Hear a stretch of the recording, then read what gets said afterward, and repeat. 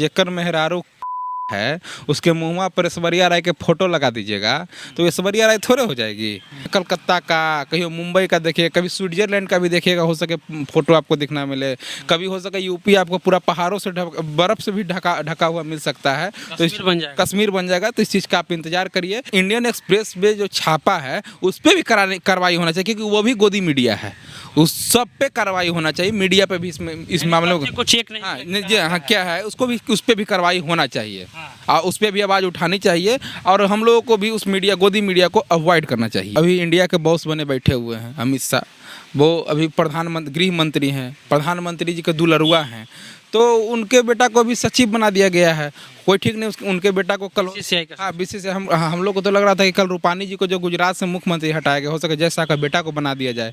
उस आदमी को तो हिंदी ठीक से नहीं बोलने आता है, अंग्रेजी क्या बोलेंगे। प्योर गवार है वो, कोई काम का नहीं है। लेकिन हो सके कभी भी उनको केंद्र में मिनिस्टर और कहीं का सीएम डायरेक्ट बनाया जा सकता है। तो इसके लिए इंतजार करिए।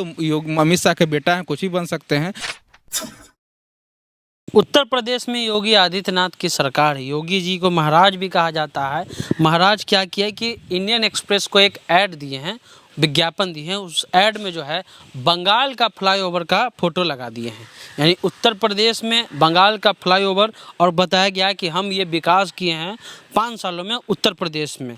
हमारे साथ आरजेडी के युवा नेता हैं प्रेम यादव, साथ में प्रदेश व्यवसायी प्रकोष्ठ के महासचिव भी हैं। प्रेम जी, क्या हो रहा है बताइए।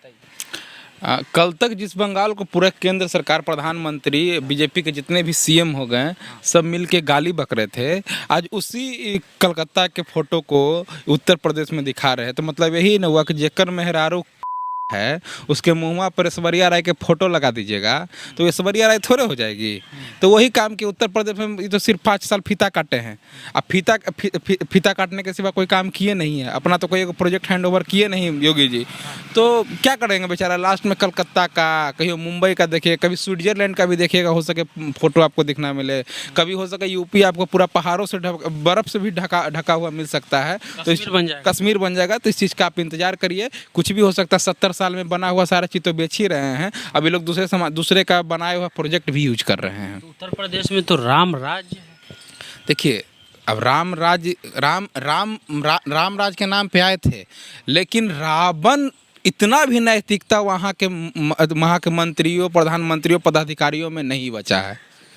आए हैं राम के नाम पे, लेकिन रावण राज भी अगर ला देते, रावण राज भी एक बेहतर राज माना जाता था और उस रावण में भी नैतिकता थी, उस राज के भी लायक नहीं है। और राम भगवान का नाम बदनाम करने के सिवा इन्होंने कुछ नहीं किया है। दीदी वाले बंगाल का फोटो, फ्लाईओवर का फोटो उत्तर प्रदेश के में कैसे चला गया। इस पे तो योगी जी के साथ मोदी जी से भी स्पष्टीकरण मांगना चाहिए और उनको देना चाहिए कि ऐसा क्यों हुआ।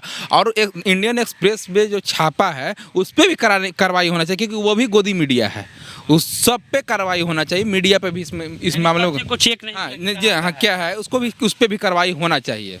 और उस पर भी आवाज़ उठानी चाहिए और हम लोगों को भी उस गोदी मीडिया को अवॉइड करना चाहिए। फैक्ट चेक करना चाहिए था कि कहाँ का जी ठीक है जी। अब हमारा दूसरा सवाल है कि पिछले दिनों एक आप देखे होंगे, एक वीडियो वायरल हो रहा था जैसा का।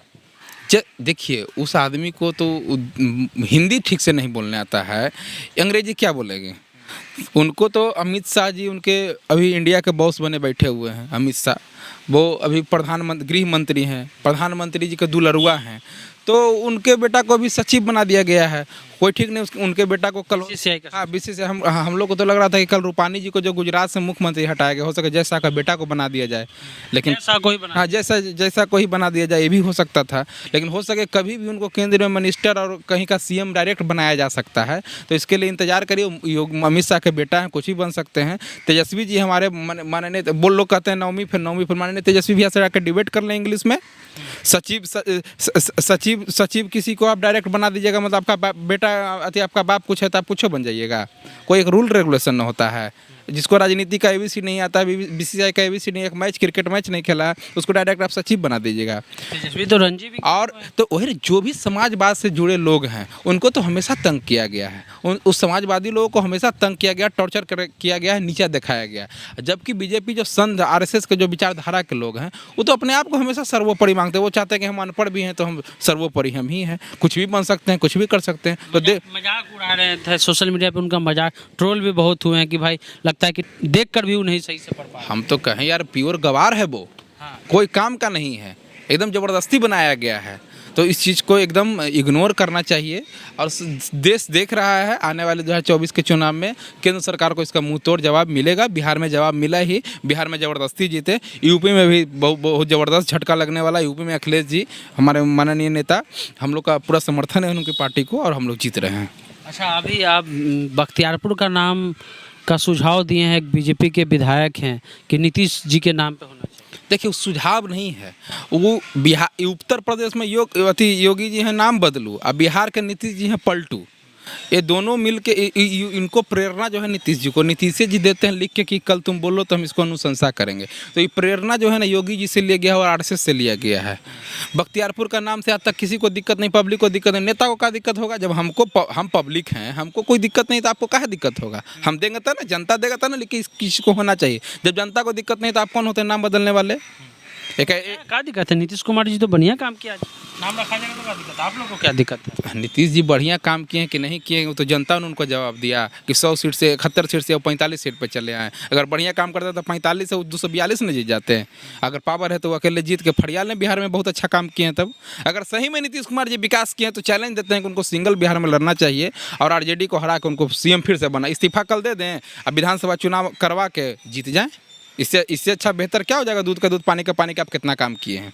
तो अभी तो गठबंधन की राजनीति चल रही है, कौन पार्टी अकेले बिना नीतीश जी गठबंधन के कुछ हो ही नहीं सकते हैं।